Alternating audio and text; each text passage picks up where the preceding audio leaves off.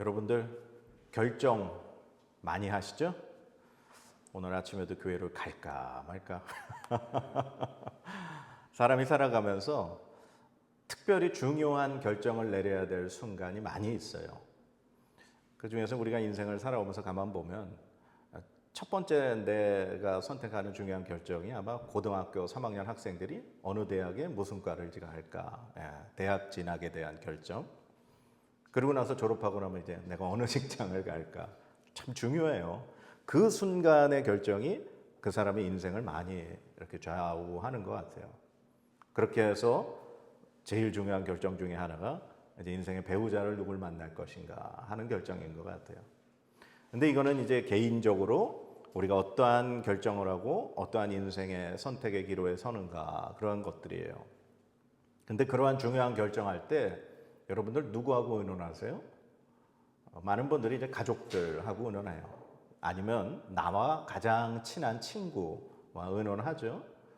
때로는 어떤 특별한 일을 결정하기 전에는 그 분야의 전문가를 찾기도 하겠죠. 그 일을 잘 아는 사람에게 물어봐서 내가 이 일을 해야 되는지 말아야 되는지 아마 그걸 결정하실 거예요. 그런데 이런 개인적인 선택의 결정은 그 결과를 온전히 내가 책임져야 되는 거죠. 그런데 이제 공동체가 여러 사람이 함께 결정을 해야 되는 그러한 결정은 참 쉽지 않아요. 왜냐하면 사람마다 다 생각이 다르잖아요. 내 생각이 다르고 저 사람 생각이 다르고, 그러다 보니까 서로 합의점을 찾아서 어떠한 결론에 도달한다는 게 쉽지 않은 거예요. 그래서 제일 어려운 건 여러 사람이 한 자리에 모여서 어떠한 일을 결정할 때 그게 참 쉽지 않은 것 같아요. 오늘 성경 말씀에 보니까 예수님의 그 11 제자들, 그리고 예수님의 가족들, 그리고 한 100여 명의 예수님을 따랐던 사람들이 지금 한 자리에 모였어요, 다락방에. 그래서 성경에는 그 모인 무리의 수가 한 120명 정도 됐다, 지금 그렇게 기록하죠. 그 사람들이 지금 이곳에 모여서 뭔가를 하려고 해요. 무슨 일 하려고 그래요? 한 명을 지금 뽑아야 되는데 그 한 명이 누구의 자리였냐? 바로 가룟 유다의 자리였어요. 그러니까 가룟 유다는 예수님을 마지막 순간에 대제사장들에게 그냥 넘겼죠, 돈 받고. 그리고서는 그가 예수님 붙잡히시고 재판받고 그런 모습 보면서 그냥 죄책감에 그냥 자살을 하고 말아버렸어요. 그래서 지금 이제 이 베드로가 이 가룟 유다가 예수님을 팔고 또 그가 그러한 결정을 내리고 지금 그 자리에 누군가 한 명이 세워져야 하는 게 다 하나님의 말씀이 지금 응하고 있는 것이다. 하나님 말씀대로 된 거다. 그렇게 이야기하고 있어요. 하나님께서 구약에 이미 예언해 주신 그 말씀이 이루어진 거다. 그래서 우리 한 명을 뽑아야 된다. 그런데 문제는 이 가룟 유다의 자리를 대신할 이 사도의 자리에 들어갈 사람의 자격이 있어요. 오늘 성경에 21절, 22절 한번 보실까요? 21절, 22절 시작. 이러함으로 요한의 세례로부터 우리 가운데서 올려져 가신 날까지 주 예수께서 우리 가운데 출입하실 때에 항상 우리와 함께 다니던 사람 중에 하나를 세워 우리와 더불어 예수께서 부활하심을 증언할 사람이 되게 하여야 하리라 하거늘. 아멘. 그러니까 세례 요한의 세례부터 우리 가운데 올려져 가신 날까지, 그러니까 예수님이 세례 요한에게 세례 받으시고 이제 본격적으로 사역을 시작하신 그 순간부터 지금 감람산에서 예수님의 승천하심을 본 그 순간까지, 그러니까 예수님의 전 이 사역의 과정에 함께 했던 사람들이 자격 요건이었어요. 그 사람들 중에서 우리와 함께 늘 같이 다니던 사람 중에서 한 명을 뽑자. 그러면 그 사람을 뽑아서 가룟 유다를 대신할 그 사도의 자리에 그 사람을 뽑아서 그 사람이 할 일이 뭐냐? 그 사람이 뭘 해야 된다고요? 예수께서 부활하심을 증언할 사람. 그러니까 예수님이 부활하셨다라는 사실을 확실하게 증언할 사람을 뽑자. 그렇게 이야기하고 있는 거예요. 자, 이것을 우리가 이제 이 사도행전은 누가복음과 사도행전을 쓴 사람이 같다고 우리 학자들은 얘기해요.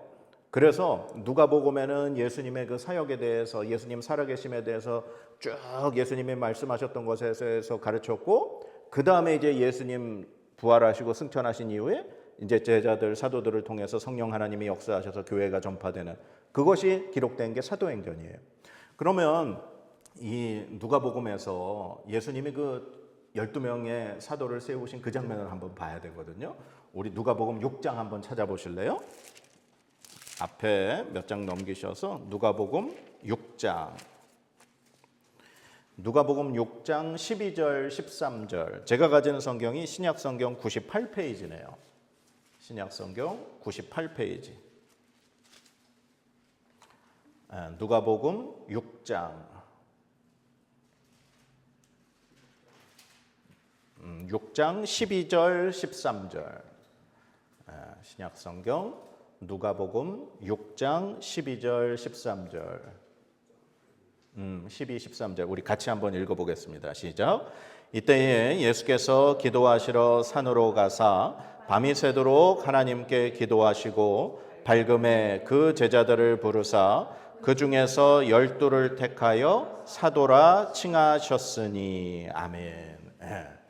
이 누가복음에 보면 예수님이 12명을 선택하시기 전에 산에 가서 밤새 기도하셨다는 거예요. 그리고 나서 내려오셔서 성경에 누가복음에 보니까 제자들을 부르셨대요. 그리고 그 제자들 중에서 12를 선택하셔서 뭐라고 칭하셨다고요? 사도라 칭하셨다. 그렇게 돼 있어요. 그러니까 우리가 보통 예수님의 12제자 그렇게 하잖아요. 그런데 이 누가복음 그리고 연결된 사도행전에는요, 제자들과 사도를 구분하고 있어요.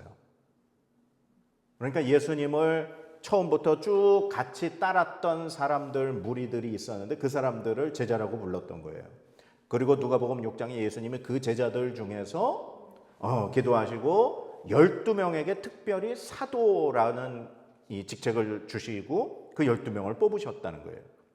그래서 누가복음에는요, 이 사도라는 말하고 제자라는 말이 다르게 쓰여요.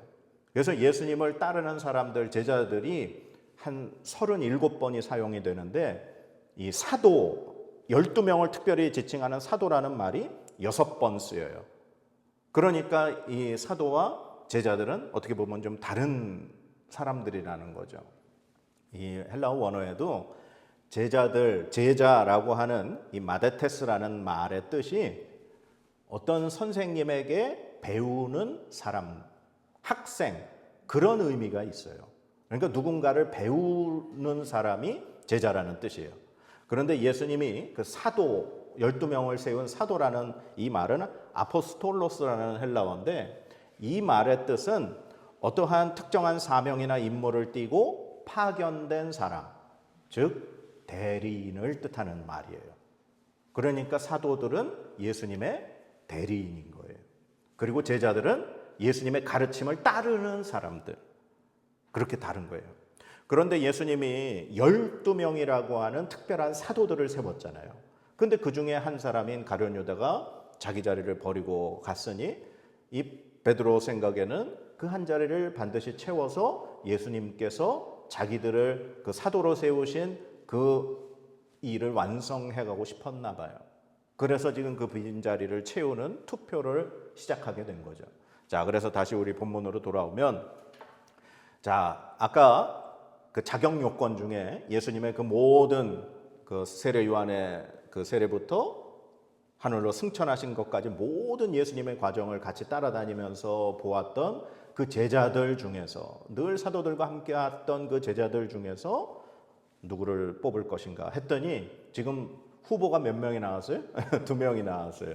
자, 2사람이 나왔는데, 자, 23절 한번 같이 읽어볼게요. 시작. 그들이 2사람을 내세우니 하나는 바사바라고도 하고 별명은 유스도라고도 하는 요셉이요, 하나는 마띠아라. 아멘. 2명인데 한 명은 요셉, 또 한 명은 마띠아예요. 그런데 요셉이라는 사람의 이름이 여러 개가 있어요. 뭐라고 나와요? 처음에 바사바라고 돼 있죠. 예, 바라는 말이 헬라어로 아들이라는 뜻이에요. 그러니까 사바의 아들 바사바예요.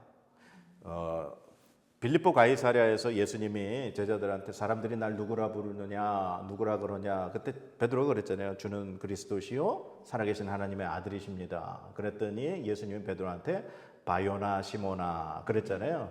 그 말이 바요나, 요나의 아들 시모나 그 뜻이에요. 바요나 시모나. 그래서 사람을 부를 때 누구의 이름을 부르기도 하고 누구의 아들이라고 부르기도 하는 거예요. 그래서 바요나는 요나의 아들, 바사바는 사바의 아들이란 뜻이에요. 그럼 사바의 아들이 무슨 뜻이냐? 이 사바라는 말이 나이가 많은 어른을 뜻하기도 하고요, 안식일을 뜻하기도 해요. 그러니까 이 요셉의 이름이 어른의 아들, 장로의 아들이라고 부르기도 하고 안식일의 아들이다라고 불리기도 한다는 거예요. 그런데 그에게 또 별명이 하나가 있어요. 별명이 뭐라고요? 유스도래요. 이 유스도라는 단어는 또 라틴어예요. 그러니까 로마식 별명이에요. 이 유스도라는 이 라틴어의 뜻은 정의로운이라는 뜻이에요.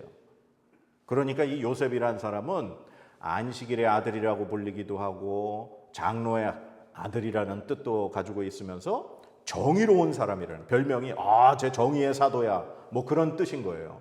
그런 사람의 요셉이에요. 그리고 또 다른 사람은 그냥 이름만 등장하죠. 마띠아. 이 말은 히브리식으로 하나님의 선물이라는 그런 뜻이에요. 그런데 이 두 사람의 이름을 통해서도 우리가 생각해 볼 수 있는 건 뭐냐? 지금 이렇게 바사바라고도 하고 유스도라고 하는 이 요셉의 이름을 보면 그 사람이 조금 어떤 배경이나 그 사람의 가족 가문이나 그런 것들이 좀 유명하고 또 로마식 별명도 가지고 있는 걸 보면 교육도 많이 받고 부유하고 여러 가지의 집안의 배경을 생각해 볼 수 있는 사람이라는 거예요.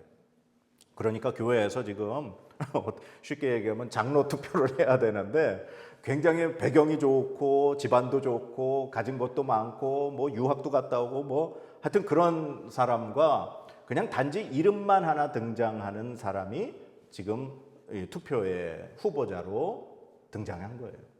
근데 그 중에서 누가 뽑혔어요? 마띠아가 뽑혔어요. 그런데 이 두 사람을 뽑을 때 어떻게 해서 뽑았죠? 성경에 보면은 먼저는 24절에 그들이 기도하여 이르되 기도했어요. 그들이 기도하고 그 다음에 제비 뽑아서 얻은 사람이 마띠아였어요. 그러니까 제비 뽑는 건 구약 시대에서부터 하나님의 그 뜻을 물을 때 사용하는 방법이 제비 뽑는 거예요. 제사장이 그 에봇 속에다가 우림과 둠밈이라는 두 돌을 넣고 있어요. 그게 바로 제비 뽑는 도구예요. 하나님의 뜻이 우림이면 우림을 보여주세요. 근데 우림을 뽑아야 되는데 둠밈이 나왔어요. 그러면 하나님의 뜻이 아닌 거예요. 근데 하나님의 뜻을 보여주시면 우림을 뽑게 해주세요. 그래서 두 개 중에서 골랐는데 우림이 뽑혔어요. 그럼 그게 하나님 뜻인 거예요. 그게 바로 성경의 구약시대에 나온 제비 뽑는 그 모습이에요.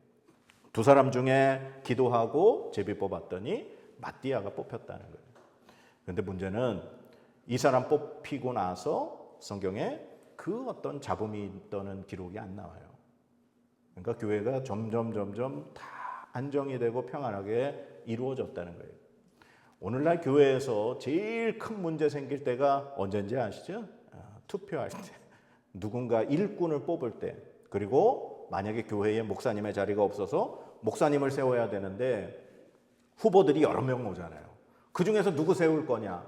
그것 때문에 교회가 늘 힘들고 어려워요. 내가 좋아하고 내가 지지하는 목사님이 뽑혀야 되는데 그렇지 못할 때. 그리고 교회에서 누군가 장로님이나 권사님이나 안수집사님이나 일꾼을 이제 뽑아서 세워야 되는데 거기에 후보로 대했다가 혹시 떨어지는 분들이 있죠? 근데 그 떨어진 사람에게 상처가 되고 그래서 교회를 떠나시는 분들도 있고 교회에서 가장 이 목사가 근심하고 걱정하는 순간이 직분자 세우는 그 투표 때예요. 그래서 투표가 끝나고 교회가 문제가 없이 다 이렇게 그냥 잘 돼야 되는데 그게 제일 걱정이에요. 그런데 오늘 초대교회에서는 이 아까도 봤지만 사도라고 하는 자리는 정말 중요한 자리라는 거예요. 왜냐하면 아까 사도의 뜻이 뭐라 그랬어요? 대리인이라는 뜻이라 그랬어요. 예수님의 대리인이 된 사람, 그 중에서도 특별히 12명의 자리라는 거예요. 그 중에 지금 한 자리가 지금 비어서 그걸 채우는 자리니, 투편이 얼마나 중요하겠어요. 이 두 사람, 요셉과 마띠아 중에 마띠아는 됐지만 떨어진 요셉의 마음은 또 어땠겠어요? 그런데 한 가지, 이건 성경에 안 나와요. 성경에 등장하지 않고 단지 교회사 속에 어떤 그 역사 속에 딱 한 군데 이 요셉의 이야기가 등장하는데, 그가 어떤 복음 전하는 일을 하면서 독을 마셔도 그가 죽지 않고 해를 받지 않았다라는 기록이 딱 한 번 나와요. 그러니까 그가 이 투표에 떨어지고 사도의 자리에 들어가지 못했어도 열심히 주의 복음을 전하는 일을 감당한 사람으로 그렇게 교회사의 기록에 딱 한 번 아주 짧은 구절에 등장하는 게 있어요.